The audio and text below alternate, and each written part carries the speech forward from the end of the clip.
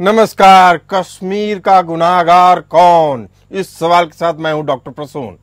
कश्मीर में चुनाव खत्म होने के बाद जैसे ही सिक्योरिटी फोर्स कम हुई, आतंकियों ने एक महीने के अंदर 7 से लेकर 8 तक आतंकवादी हमले किए।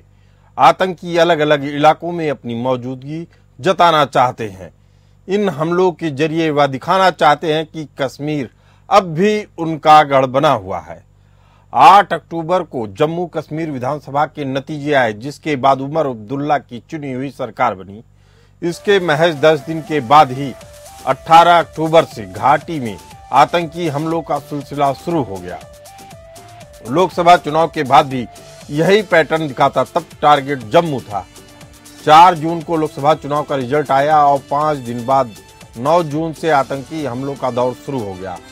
महज 30 दिनों के भीतर जम्मू में 8 आतंकी हमले हुए। इनके निशाने पे वह इलाके रहे जहां से फौज कम की गई या हटा दी गई।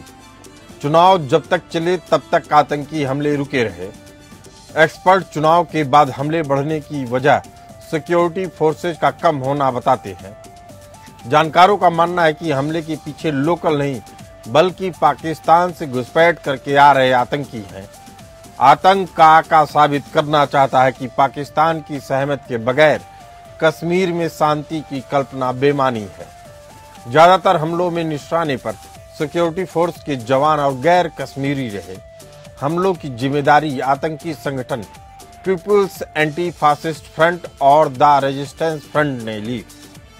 एक्सपर्ट के मुताबिक इसका मकसद आर्टिकल 370 हटने के बाद जम्मू कश्मीर में बदले माहौल को खराब करना और कश्मीरी पंडितों के पुनर्वास की योजनाओं में अड़ंगा लगाना है।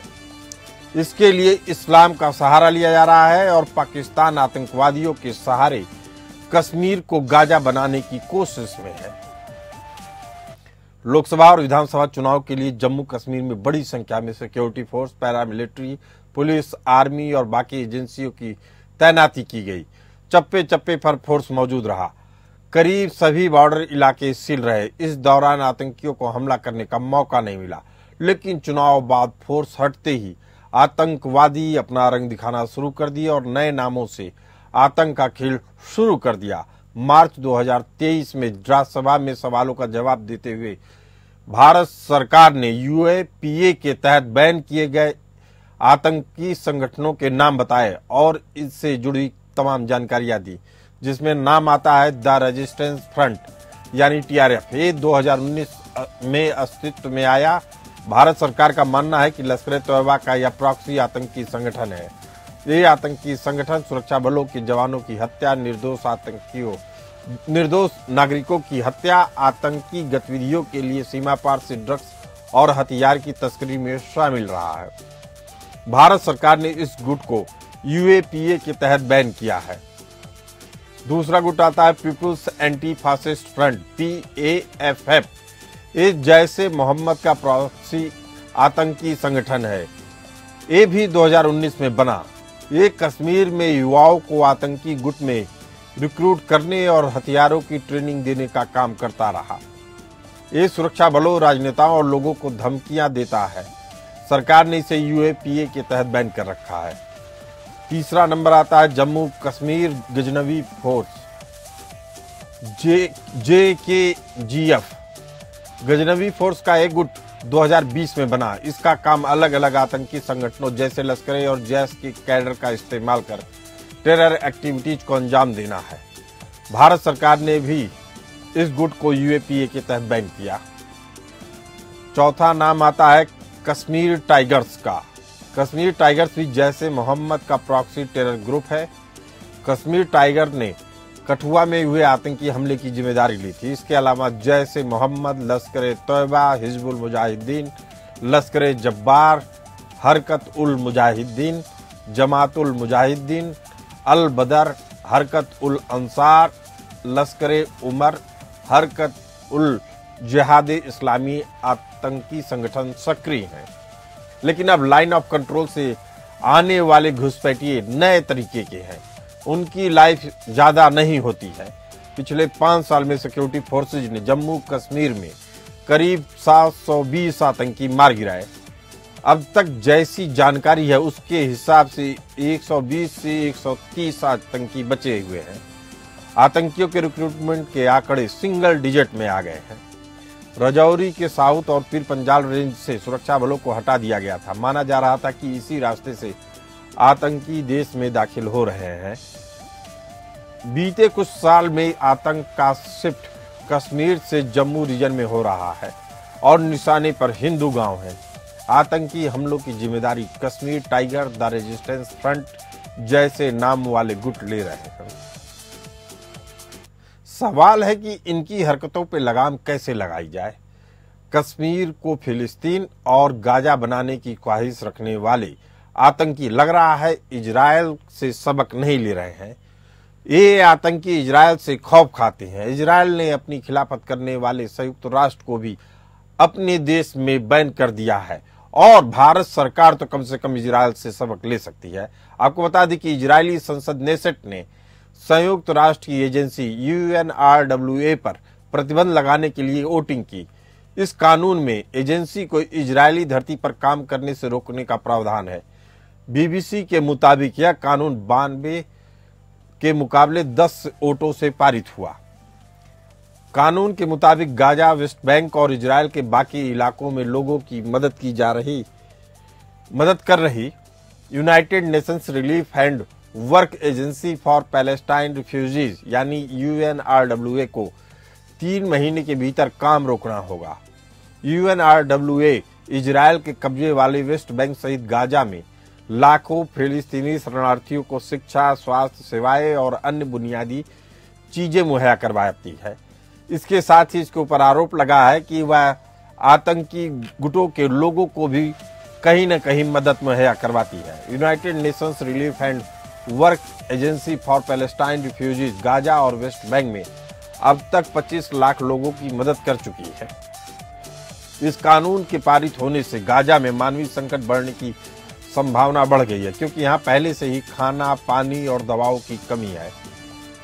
यह उन लोगों के लिए सबक है जो धार्मिक उन्माद के जरिए इस्लाम को बढ़ाना चाहते हैं। धार्मिक उन्माद उन पाकिस्तानियों और आतंकियों के लिए सबक है जो अपने हितों के लिए पूरे समुदाय को आग में झोंक देते हैं। इसी मुद्दे पर चर्चा करने के लिए हमारे साथ मौजूद हैं 2 विशिष्ट मेहमान, संजीव श्रीवास्तव विदेशी मामलों के जानकार और हरिमोहन कौशिक जी रिसर्चर। आप दोनों मेहमानों का बहुत बहुत स्वागत है। हरिमोहन जी, जिस तरीके से आपने 14-15 आतंकवादी संगठनों के नाम सुने हमारी रिपोर्ट में, उससे क्या लग रहा है कि वहां के स्थानीय लोग भी इन आतंकी गुटों से अपना इनका मोह भंग हो रहा है, या क्या कारण है कि रोज नए नाम से नए आतंकी संगठन पैदा होते हैं? जी हरिमोहन कौशिक जी, आप अपनी आवाज अनम्यूट कर लीजिए।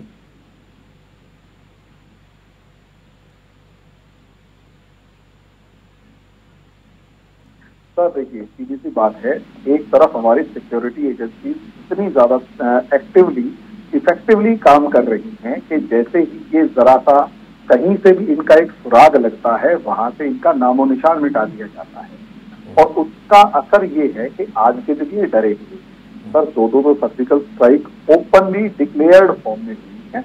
और अगर अंदर जाकर पता लगे या कोई इस तरीके का सिक्योरिटी ऑफिसर से बात करे कि भाई देखो 2 का पता लगा, बाकी पता नहीं कितने, ये वाली सिचुएशन। अब सर इसका दूसरा पार्ट ये है कि ग्राउंड लेवल पर लोगों ने पहली बार तरक्की देखी है और सोशल मीडिया ने एक इंपॉर्टेंट रोल प्ले ये किया है कि पाकिस्तान में क्या चल रहा है और पाकिस्तान कैसा है इस चीज को, और पाकिस्तान ने वो जो पाक ऑक्यूपाइड कश्मीर है उसे किस तरीके से नोच लिया है, उसे निचोड़ लिया, नोच खाया है और वहां हड्डियां तक दबा गए हैं, वो आपको साफ नजर आएगा। सर एक बात, छोटी सी एग्जाम्पल, क्या कश्मीर यहाँ वाले मतलब इंडियन जो कश्मीरी हैं इनको पता नहीं है कि भाई पाकिस्तान के अंदर जो कश्मीर है उसमें वहां की बिजली जो इलेक्ट्रिसिटी बनती है सर 50 पैसे यूनिट पे बनती है और कितने रुपए में उन्हें खरीदनी पड़ती है? 80 रुपए।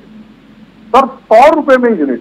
पहले वो बिजली जाती है लाहौर, इस्लामाबाद, वहां से वापस आती है और 80 रुपए में बिजली। कश्मीरी को समझ में नहीं आ रहा क्या?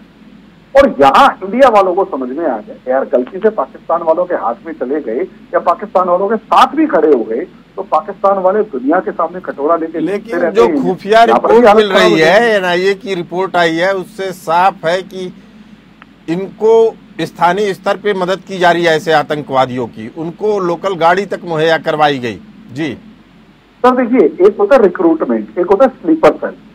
आज के दिन हमारी लड़ाई रिक्रूट से नहीं है, स्लीपर सेल से है। वो स्लीपर सेल है जिसे पैसे के लालच में या किसी पुरानी रंजिश के, मतलब इंडिया से कोई नाराजगी हो गई हो, उस वजह से वो कहीं ना कहीं लोकल लेवल पर मदद करवा रहे हैं। और सर सबसे खतरनाक काम ही स्लीपर सेल को पकड़, टफ का जॉब जो है वो स्लीपर सेल को पकड़ना होता है। पहले जो आतंकवादी भेज दिए जाते थे पाकिस्तान उन्हें नहीं भेजता, वहां से तो अपने एसओजी के कमांडर्स को भेजता है, जो है एसएसओ जो भी स्पेशल ऑपरेशन ग्रुप होते हैं उसके कमांडर्स को भेजता है, और यहाँ उन्हें मदद करवाई जाती है। जो बात है बिल्कुल ठीक है, तो वो स्लीपर सेल है सर, और स्लीपर सेल को ढूंढ पाना एक बहुत टफ जॉब है, क्योंकि एक वो स्लीपर सेल इस तरीके का गया और अपना काम किया और वापस आया। चलिए, पाकिस्तान ने एक नई स्ट्रेटेजी बनाई। जी संजीव श्रीवास्तव जी, अगर पूरे घटनाक्रम को देखा जाए, एक के बाद एक हमले हो रहे हैं और इजरायल की बिना के तर्ज पर, क्या भारत सरकार ऐसे फैसले नहीं ले सकती है कि इनको पूरी तरीके से नेस्ता नाबूद कर दिया जाए? देखिए प्रसून जी, मेरा ऐसा मानना है कि आतंकवादियों की जो जड़ है उस पर प्रहार किए जाने की आवश्यकता है।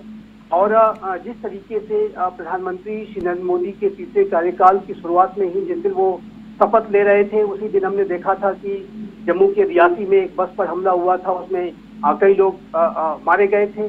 और उसके बाद तो सीरीज ऑफ इस तरीके की घटनाएं हुई हैं।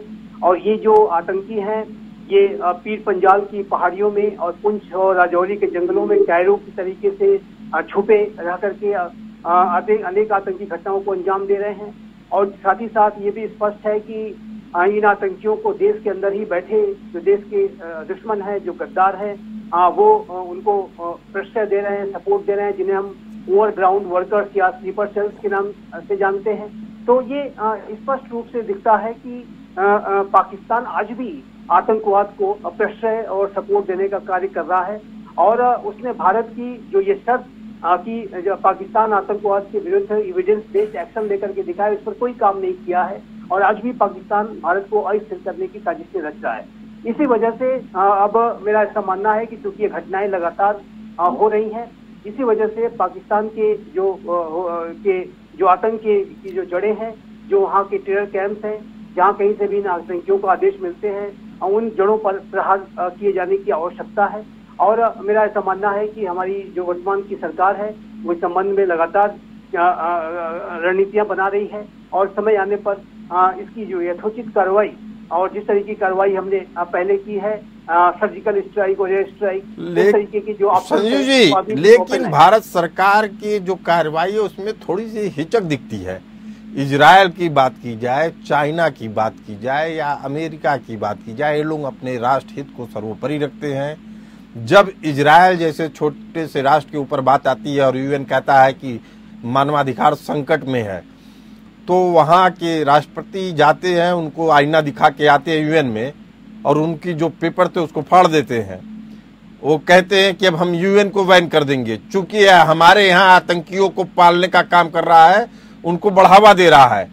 मतलब इजरायल जैसा एक राष्ट्र जो यूएन को धत्ता बता देता है, आईना दिखा रहा है कि आप क्या कोई भी व्यक्ति जो इजरायल में आतंकवाद को बढ़ावा देगा उसका इजरायल में कोई काम नहीं है, बल्कि उस एरिया में कोई काम नहीं है।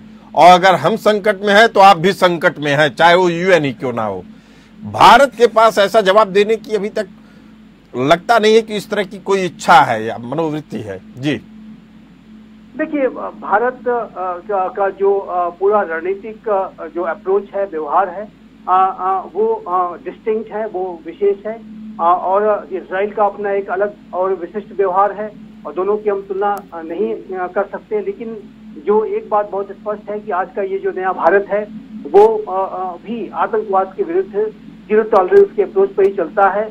और आतंकियों को never forget and never forgive की जो नीति है कि न तो भूलेंगे और न तो माफ करेंगे की रणनीति पे ये नया भारत चल रहा है। और जो भी आतंक की घटनाएं आतंकियों ने की हैं उनको जस्टिस तक पहुंचाने का जो कार्य है भारत करेगा। और ये भारत, जैसा कि मैंने कहा कि एक जीरो टॉलरेंस के अप्रोच के साथ काम करने वाला भारत है, जो हमने पहले भी रिस्पॉन्ड किया था और जो पुलवामा की घटना के बाद और उसके पहले जो सर्जिकल स्ट्राइक की गई थी उरी के हमले के बाद, तो ये जो इस तरीके की कार्रवाइयां भारत लगातार कर रहा है। 2017 से अगर आप प्रसून जी देखें तो कश्मीर घाटी में आतंकवाद की कमर तोड़ दी गई है। कश्मीर घाटी में ये आतंकी अब ज्यादा उस तरह की घटनाएं नहीं कर पाते और इसी वजह से, लेकिन एक के बाद एक 8 से 7-8 हमले हो चुके हैं, फिर बड़ा सवाल खड़ा होता है। हरिमोहन कौशिक जी, अगर बात की जाए कानून की, न्याय व्यवस्था की, मानवाधिकार की, तो यह नागरिकों के लिए है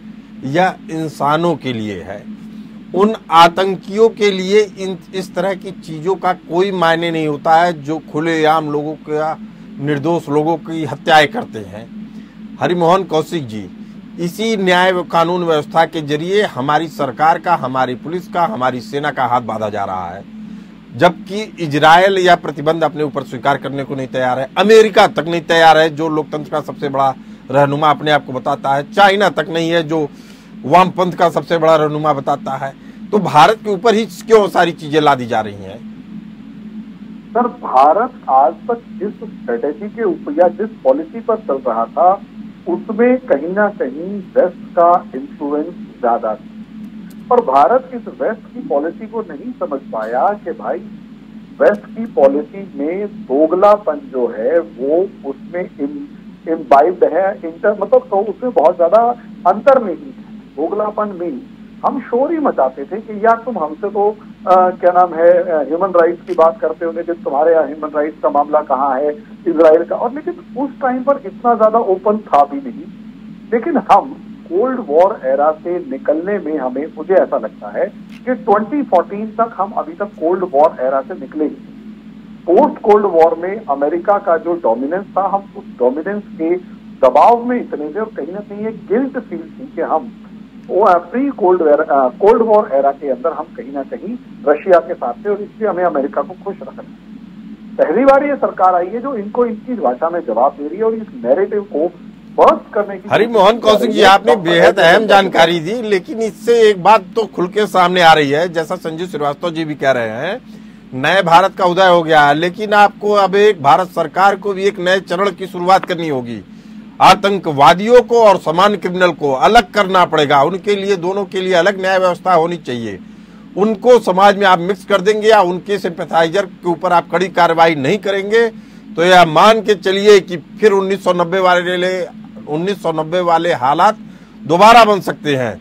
जी सर, बिल्कुल हमारी जो सरकार है, जैसे अब एक बात बताइए, बुलडोजर एक्शन जो है वो अल्टीमेटली बुलडोजर एक्शन यही चीज दिखा रहा है कि गवर्नमेंट की पॉलिसी में चेंज आया। जुडिशरी उसमें एक अलग लेवल पर देख रही है क्योंकि जुडिशरी का काम जुडिशियल सिस्टम को देखना है और एग्जीक्यूटिव का काम प्रैक्टिकल इम्प्लीमेंटेशन को देखना है। अब ये जो छोटी छोटी चीजें हैं ये हमारे को हर जगह पर। हरिमोहन कौशिक जी, मेरा एक कह रहा था कि ये जो बुलडोजर सिस्टम है वो क्रिमिनल्स के लिए है, मिलिटेंट्स के लिए नहीं है। मिलिटेंट्स के लिए आपको एक अलग लेवल पे आना पड़ेगा। सर, मैं उसी चीज की तरफ अमेरिका की बात की जाए तो अमेरिका ने कई द्वीपों पे जेल बना के रखा हुआ है, जहां एक बार आतंकी पहुंच जाए दोबारा निकल नहीं सकता है, उसके बाद ज्यादा पुरखे तक नहीं उसके पता पाते हैं। भारत सरकार क्या ऐसी व्यवस्था नहीं कर सकता है जहां इनके लिए अलग तरह का ट्रीटमेंट हो? सर, भारत सरकार इसमें एफर्ट कर रही है, लेकिन क्या होता है ना सर, हमारे यहाँ रूल ऑफ लॉ की अगर बात की जा रही, मैंने बार बार कहा, एक जिसे कहते हैं डायलेमा से बाहर निकलने की कोशिश कर रहा है भारत, और वो कोशिश अमेरिका को भी अगर आप देखेंगे तो वो किसी। हरिमोहन कौशिक जी, आपने बहुत बड़ी बात कह दी है। आपने कहा भारत सरकार डायलेमा से निकलने की कोशिश कर रहा है, यही बात मैं संजीव जी आपसे भी कह रहा हूं कि क्या भारत सरकार इस डायलेमा से निकल चुका है, अब एक्शन के लिए तैयार है या अभी और भी समय चाहिए? संजीव जी। नहीं, मुझे लगता है कि भारत की आज इस नए भारत को कोई डिलेमा नहीं है आतंकवाद के संदर्भ में। आतंकवाद के संदर्भ में भारत की जो अप्रोच है, भारत की जो सोच है और जो कार्य प्रणाली है वो बहुत ही स्पष्ट है। जैसा कि मैंने कहा कि quote and quote zero tolerance का अप्रोच है। और इस बात को हमारे गृह मंत्री श्री अमित शाह ने, हमारे रक्षा मंत्री श्री राजनाथ सिंह ने और हमारे प्रधानमंत्री स्वयं श्री नरेंद्र मोदी ने समय समय पर दोहराया है। अभी हाल के समय में संजीव जी, दोहराया अलग बात है, लेकिन जो एनआईए का इनपुट आया है उससे साफ है कि लोकल लेवल पे गाड़ी तक मुहैया करवाई गई आतंकियों को घटना करने के बाद। ये बहुत बड़ा इनपुट है, एनआईए का इनपुट है। तो इसका मतलब है कि स्थानीय स्तर पे जो आतंकवादियों की मदद करते हैं उनके अंदर खौफ जरा भी नहीं है। देखिए, एनआईए हो, भारत की अन्य एजेंसीज हो, लगातार वो क्रैकडाउन कर रही हैं।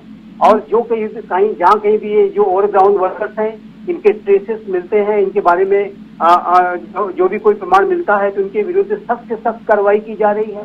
स्लीपर सेल्स को भी जो है बस्ट किया जा रहा है, उनके खिलाफ भी कार्रवाइयां हो रही हैं।